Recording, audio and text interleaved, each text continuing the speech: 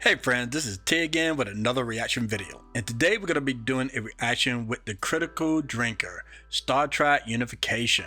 I'm not crying, you're crying, okay? Now I watched it, I came across it yesterday, so I was so curious because I was a big Star Trek fan. I'm talking about the old Star Trek with William Shatner. And I became a fan of the other ones too, Star Trek Next Generation and then Deep Space Nine. But that kind of ended there. After Deep Space Nine, I was pretty done with the rest of the Star Treks. Really, I watched a little bit of the Voyager one, but I didn't. And I like Janeway. I really like their character. It was okay to me, but the last one that I really loved was Deep Space Nine, okay? But my favorite was Captain Kirk, okay, and Mr. Spock back in the day. That was always my favorite. To this day, it's still my favorite, and I love it. Now, they came out with this unification thing, right? Where they're using the image of William Shatner to show Captain Kirk go to Mr. Spock, who's already, I guess, passed away. And I guess this is the last scene when he did with Captain Picard when he passed away, if you do remember the movie. So I'm assuming this is what he's supposed to be going through, some type of afterlife type situation, right? I watched it in its entirety. Now, it's not as deep for me as it might be for other people, even though I am a fan of Star Trek, but it still was good though. I still enjoyed it, and I'm glad that they wanted to put some kind of button on after Captain Kirk passed away, because I thought I didn't like the way it happened on some distant world or something like that, less heroic, and I wasn't sure if William Shatner really was into it at that time when he did it. But I'm hearing that he was involved with this, okay, which I think is good. And people wanted Captain Kirk to be put to rest in a way where it was more, I believe, heroic. And I wish they did do it that way, but they didn't. He was a hero at the end, but I just didn't like the way it was done. I didn't, okay? I preferred something better than that, and it wasn't. It's almost like William Shatner was just getting a payday, and William Shatner over the years wanted to kind of put Captain Kirk to rest anyway, because he wanted to get into different types of acting, and people keep bringing up Captain Kirk, I guess during interviews or whatever, and fans keep bringing it up, but he just wanted to be an actor, and that was it. And after it went off the air those many years ago, he just wanted to, do other things after that. But, he couldn't get away from that stigma. It's always going to be Captain Kirk until the day he passed, okay? It's just the way it is. And I guess he felt that way too, and he decided to go ahead and do this. And I think a different actor played Kirk's body, but they just used William Shatner's face in the end. It was pretty good, man. I really enjoyed it. But I was going to do a reaction to it, but then I came across this, the Critical Drinker. I wanted to see his take on the situation, okay? Because he's very funny, and he got a lot of insights on this, okay? So let's go ahead and get into this reaction. But before we do, please like, subscribe, and share this video. And don't forget to hit that notification bell. That way you know whenever we come out with new videos, okay? All right, let's get with it.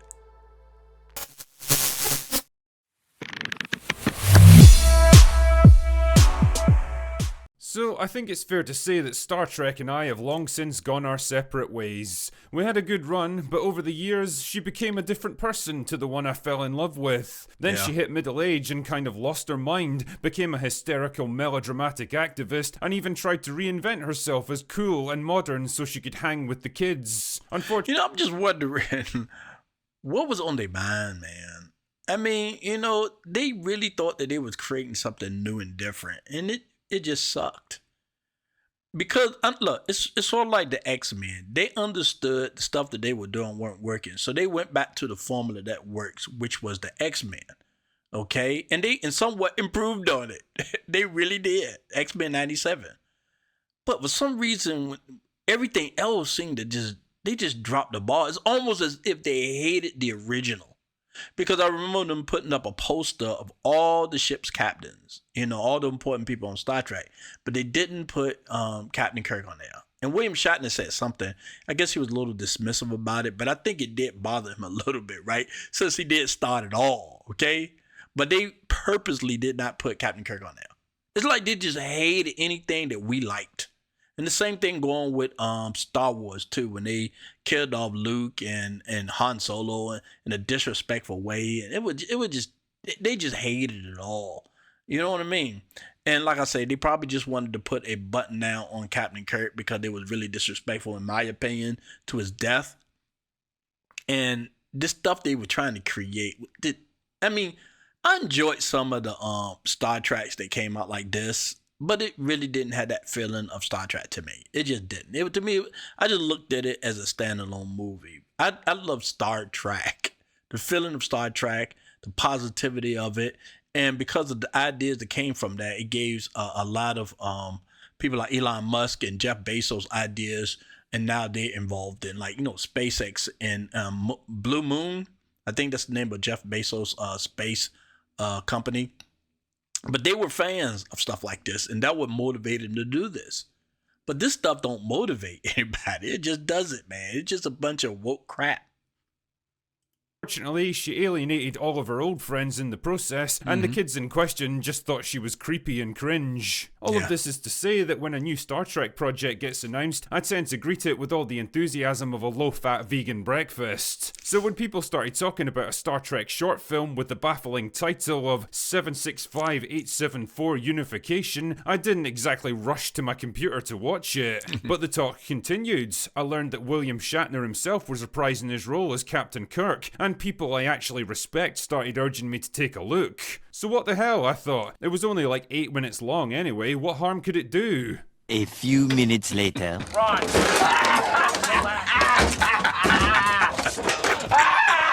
Good lord, I don't think I've gone through such an emotional roller coaster in years. Unification is one of those very special works of art that doesn't just tug at the heartstrings, it braids the fucking things into ropes for extra purchase. See, this is the thing in what I'm saying, right? It was no speaking during this video. You should definitely check it out. It was no speaking. I guess it was like, it was more of, this is the type of art I'm talking about. This is, instead of saying it, they want you to look into it in a way where you can make your own interpretations about what's going on and the expressions that they made and the feelings behind it. The fact that they didn't even need any words to do this. And that was, to me, that was a very creative idea. Okay. Like I said, it was really interesting. I mean, won't like I want to bust out and cry or anything like that, man.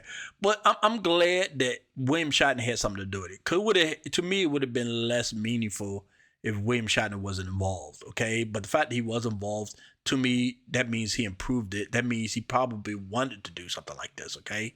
And he always, like I said, he always wanted to put Captain Kirk to rest, but I think they didn't give him the opportunity to do it respectfully. And now he just took this opportunity because Captain Kirk, I don't care how much he might deny it or how he feel about Captain Kirk, people love Captain Kirk, except woke people. People hated Captain Kirk. They hated him. But I love the fact that they didn't use any dialogue or anything like that. They just did it this way. And I wish it was on a bigger scale. And I wish the CGI or whatever they used, the AI, was better because there was a little bit of flaws and stuff. And the person that did the body, of Captain Kirk did, okay. But you know what I'm saying? I'll take what I can. It's a work that condenses down everything that I used to love about Star Trek into a dreamlike 10-minute sequence of glorious visuals and perfectly balanced. I really like this right here. I really like this. That was really good. And the way he was acting, you can see the mannerisms of Captain Kirk, man, in this. And you can see the difference between each Captain Kirk because they were all different. And I like that. I really like that. Emotional impact and conveys everything it needs to say and do without a single line of dialogue. The story could best be described as Kirk's final journey into the afterlife right after. I really hate the way the actor was walking. He didn't walk like Captain Kirk did. You know what I mean? His arms were stiff and it looked weird and stuff. But like I say, these days you just can't expect everything, or you can't get everything you want. So, I mean, I'm just glad they did it. That's all. And this is the movie I'm talking about when he died this way. I really hated that. I really did. Over the years, when they talk about Captain Kirk and he died this way, I don't know who came up with that idea. Maybe William Shatner was okay with that. I don't know. But I hated that. I really did. after his death at the end of Star Trek Generations. And don't even get me started on that fucking movie. I hate this. It is revolting. Anyway, a digitally de-aged William Shatner plays Kirk as he looked 30 years earlier, walking through a lush paradise where he encounters various people from his past, including Robin Curtis, playing an older version of Yeah, Savick. I think that's what her name is, Savick. Kirstie Alley played the original Savick in the second movie. But then she came in the third movie, and you never seen her since. You know what I mean? Like she just disappeared after that. Look, if she was an actress beforehand, I never seen it. If she acted after the movie, I never seen it. It's just like she just disappeared, man. But I'm glad they decided to bring her back, at least a familiar face, which is great. And I believe this is supposed to be Spock's son, because if you remember the movie, Spock was like growing on that planet, but he still was like a teenager, I guess, in Vulcan years, whatever you want to call it. But he was going through that thing, Punfar or whatever it was, right, where he needed some sex. Let's just go ahead and say it, right? And she gave it to him. And I guess with the lore, they decided to say she got pregnant from it and had him. You know, I mean, I didn't make this up. I got this from another YouTuber. Okay, so I'm going along with it. All right, either way, I'm happy about it though. Savick. I can't tell you how rewarding it was to see both the character and the actress back in Star Trek again after all these years, even if it's only for a brief appearance like this. I know she had the thankless task of taking over the role when Kirstie Alley wouldn't come back after Wrath of Khan, but I always thought she did the best she could with the material she had to work with, and I was disappointed that the character basically vanished from the series after Star Trek 4. Unification marks her long overdue return, and what a return it is. Oh yeah, and for those wondering, it finally picks up on a plot thread that's been left dangling for almost 40 years. It's pretty subtle and it's conveyed entirely through facial expression and gesture, but wow, did they handle it well. You know, people had a lot of questions about William Shatner's acting. I like William Shatner's acting. I think he was a good actor. But you know, because of certain things, the way he said things, Star Trek, they always kind of made fun of it. Which, you know, William Shatner was okay with it after a while. He didn't complain about it. Sometimes he even joked himself. So it was no big deal. But I think he was still a good actor. Because he did plays and all kind of stuff, man. And they acted a certain way a long time ago where it seemed like that. And, you know, compared to the way they act now, I guess it might look a little funny to other actors. But either way it goes, I respect him as an actor. I think he's great. And he's great with these facial expressions, man. He's really good with that, in my opinion. So I can appreciate the fact that they decided to have no dialogue to this. So I think it's wonderful. And all of them doing a great job with it. And like I said, I'm really glad she decided to come back. Kirk's journey then becomes one of reflection on his own life as he encounters different versions of himself along the way. The young adventurer out to See, I love that. Look at that, man. I love that behavior. Maybe they got a clip from the young adventurer. Maybe they got a clip from his original show, the way he's acting right now. Because like I said, AI is pretty good right now. Like I said, they could have done a lot better than they did, but this is still good enough. I'm happy with it, okay?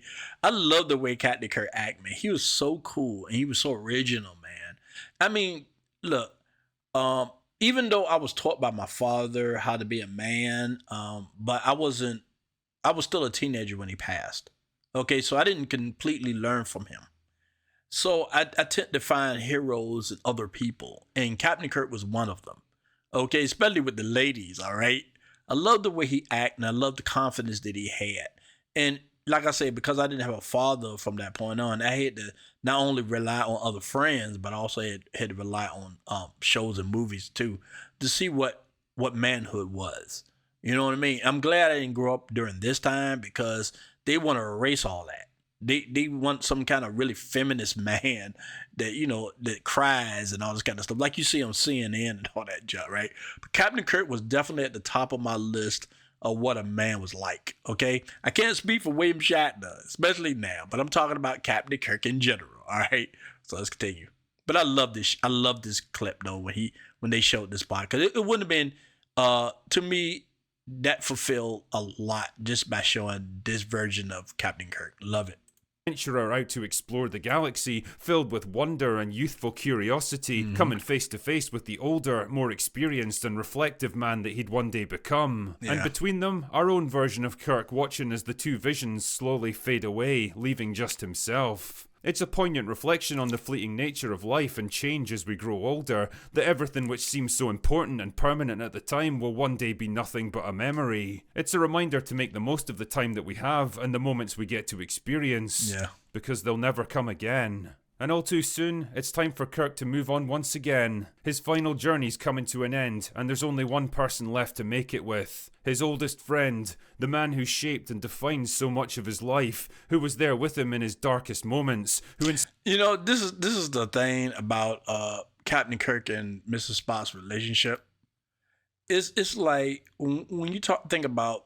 I'm not talking about their personal, like, not on screen relationship. I heard that was pretty rocky regardless, but William Shatner had a lot of rocky relationships behind the scenes. But I'm just talking about the chemistry on the show, man. It's like when they're talking about like the buddy relationships, man. This was deeper than any relationship that William Shatner or Captain Kirk had with the women on the show. And the same with Mrs. Spock. It was like nobody could, or nobody, and I'm talking, when I say nobody, including women, okay, could come between the two. Nobody. To the point where they never got married on the show, you know, and in the movie. They never got married. They end up dying single, you know what I'm saying? But this was a buddy relationship, man, like no other. And you saw a few ones like in Lethal Weapon. I thought that was a great one too as well. And there's a few ones. It's a difficult thing to capture that kind of relationship between man without making it look like it's like a gay relationship, okay? I'm just saying, I'm talking about heterosexual friendships here, okay? Where there's no chance of them hooking up. You know what I mean? That's what I'm talking about. But at the same time, they loved each other the way they did. And that was very strong and powerful. But these days, they try to make these type of relationships look like they were homosexual relationships, you know? So, and I think this might be happening, and this is my opinion, I might be wrong on this, where X-Men 97 would morph. Okay, I keep getting the feeling they has some kind of emotional love for Wolverine. I mean, in the original X-Men, Wolverine did consider him a real friend, but I'm still getting this feeling that they're trying to push something else. I might be wrong on it, I don't know, but I think that's a great friendship too between Morph and Wolverine. I just hope that they don't push it any further, because it never implied that in the original show, and never applied that in the comic books. Okay, so hopefully they won't push that. But either case, I think it's a beautiful thing when two men have really close relationships and trust each other. I like that. And I think that it was great in Star Trek. Who was there with him in his darkest moments, who inspired and encouraged him to be more than he was, to reach higher, to see further, to be a better man. Two old friends reunited one last time, sharing one final embrace that conveys more than words ever could. I totally agree with him. And this is the thing too. Even when they weren't doing Star Trek, Leonard Nimoy was still involved doing stuff behind the scenes. Him and his son were still doing stuff of Star Trek behind the scenes still. So, and William Shatner, he kind of like, after Captain Kirk passed in that last movie, he kind of, other than making jokes like on Saturday Night Live or whatever, he kind of put Star Trek away. But I'm just glad that he was still able to do this. So they still, at some level, still was involved, because these were very strong characters. And I like to think that if you're an actor and you make such a strong character that so many people love, that it will be a part of you for the rest of your life, or at least the rest of your career. And I think that happened with Game of Thrones with Dany, the Queen of the Dragons. I think that it tore her up the way they did her on the last season. It really did, because she had a real problem with the way they did it. They hated that, because she was such a hero in all the seasons, and then they decided to just crap all over her character, man. You know what I mean? She should have died in a different way too, man. Her and Cersei should have went to battle, hand to hand, fist to fist, and they should have killed each other. In my opinion, that's the way I think it should have ended, right? I would have accepted that death. But they had her killing children and women and stuff like that, which didn't make any type of sense. It made no type of sense. I don't know what happened at the end. I think it was a lot of controversy behind the scenes, and these guys just got tired of it, and they just wanted to get out, and so they decided just to ruin season 8. Who knows why? Who knows why? But either case, though, I think he wanted William Shatner wanted to put a button on it, a better button, because I'm sure a lot of people probably mentioned it to him. I wish Captain Kirk died in a different way, in a better movie. Okay. Looking forward together to the greatest journey of them all.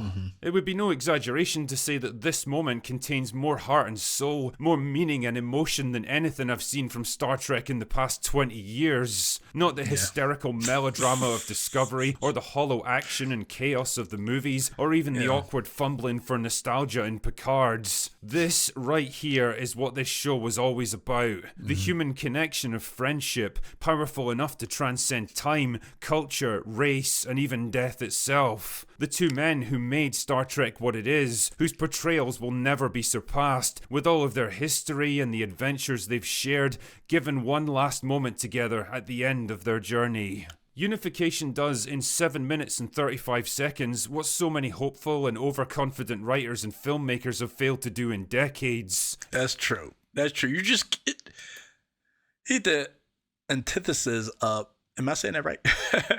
Of what Star Trek meant. You know what I mean? It's like you can't capture just his presence screen Star Trek. And I'm talking about Captain Kirk here. William Shatner, of course, but I'm talking about Captain Kirk here. Just his presence. Everybody looked like an amateur compared to Captain Kirk. Picard, Janeway, Cisco. Even though I loved them as captains, but they was pale in comparison to Kirk. And I think Gene Roddenberry was saying, and I disagree with Gene Roddenberry on this, even though he created Star Trek, he said that Picard was the kind of captain he really meant to have. Not the cowboy Captain Kirk, with the girls and all that kind of stuff. He wanted to be more scientific kind of thing. That's the kind of captain he preferred. But I like the cowboy Captain Kirk. And I understand why they did it, because, cowboy movies and things like that was very popular back in those days. They wanted a man that's really tough and masculine. And William Shatner did a great job doing it. And this is the thing, too, with William Shatner playing Captain Kirk. Even though he was tough, but he was also compassionate, too. He had a certain type of... he won't just run around saying bad stuff and flexing his muscles, stuff like that. But he had compassion and feeling and emotion that came along with it. And I think that's resonated a lot with men. But these days, they push it too much to the point where men are acting feminine now, which is crazy, right? But I love the presence of Captain Kirk, man. I thought he was a very, very good character. Love it. And he will, as long as the earth exists, his character will exist. I know they tried to erase him, but that'll never happen. Never. Unification does in 7 minutes and 35 seconds what so many hopeful and overconfident writers and filmmakers have failed to do in decades. It understands what made Star Trek so timelessly inspiring, and it shows you. The use of visual effects and digital de-aging to bring back old or deceased actors is always going to be a controversial one, and it's something I've wrestled with for a long time. On the one hand, you can end up with soulless, shameless exploitation like Ian Holmes' likeness in Romulus, or Carrie Fisher in Rogue One. But Unification shows the untapped potential for this technology when it's done right, not as shallow spectacle that quickly becomes a crutch for bad writing, but as a tool of artistic expression to be used carefully and sensitively by talented and respectful filmmakers. See, this is a guy, you can tell, this is a guy that loves movies. He's very knowledgeable about it because he understands the difference between art and people just putting out stuff just a virtual signal. He understands the meaning of it. And I wish Hollywood would go back to it. Maybe they can save Hollywood if they do. Instead of just putting out a bunch of stuff that just trying to virtual signal all the time or shock people constantly. Put out something meaningful, something that means something. Especially to the people that love the product. Those, it's almost like they risen above the fans now. It's not even about pleasing the fans anymore. Now the art is so great that we don't need to even entertain people anymore. And that's insane. That's crazy way of thinking. But that's where they are right now. They're just making movies. They don't give a crap about the people that are supposed to be watching these movies. I mean, it's not 100%, but I'm just saying, it's a lot of movies that nobody asked for. There's a lot of stuff they changed it and nobody asked for. This is something they knew that the fan loved, because even though we might not be watching Star Trek, especially the latest Star Treks now, they still know deep in our heart we still love the original. Still. To make the impossible possible again. The fact that Shatner himself gave this film his blessing by performing in it, and absolutely crushing it by the way, shows how much faith he had in this project. I've always felt like he came to regret killing off his most iconic character, and probably would have been up for reprising the role if he'd been asked. But since Paramount seemed determined to appeal to a more modern audience and write him out of Star Trek history altogether, this is as close as we're ever likely to get to a return. And you know what? I couldn't think of a better send-off for James T. Kirk. Yeah. It's one of the sad realities of life that the older you get, the more things you lose. And it's very much the same with entertainment, as beloved actors pass away and your favourite franchises get turned into, well, something very different. But every once in a while, life gives something back to remind you of what once was, even if it's only for 7 minutes and 35 seconds. And you know what? That's alright by me. Yeah, me too. Anyway, Go away now. that's all I've got for today. Go away now. All right, man. You know, I was kind of moved by the way he talked, man, with this, man. We just reacted to Star Trek Unification. I'm not crying, you're crying, okay? You know, when I watched it, I was moved by it when I watched it. I watched it more than once. I think I watched it like 3 times and stuff like that. But the fact the way he's talking about it really moves me even more. You know, almost put a tear in my freaking eye the way he talked about it, because like I say, I think him and Nerd Rodder, they love movies. They love it. I don't think they wanted to be able to trash Hollywood the way they are because they just hate movies. It's because they love movies. They love the art behind it. And it seemed to me like Hollywood don't like movies anymore because of the stuff they do. It's like they making stuff that has nothing to do with movies. It's always just pushing some type of narrative or something, right? And this was beautiful. This was beautiful. And like he said, and I said before he said it, that I think William Shatner put his approval on this by just even participating. You know, and that means something that he did this. And I'm glad he did it. Like I said, I don't know William Shatner personally. There's a lot of rumors about him. People saying he's woke and not woke. They say he's difficult to work with, or he's arrogant, or whatever the situation. I don't care about all that. I just care about the performances. That's why I love art so much, okay? It's all like when I take pictures of people, man, I don't care about their personality. But if they're able to express something that make the picture just enhanced, that's all I care about. And that's the same with movies. I just care about the performances. That's all I care about. And how they treat the characters. Make sure that what they do, it fits. And if woke people would have done this, it would have been insulting to Captain Kirk. It wouldn't have been the way he acts or behaves or anything like that. They would have ruined it. And I'm glad William Shatner approved it.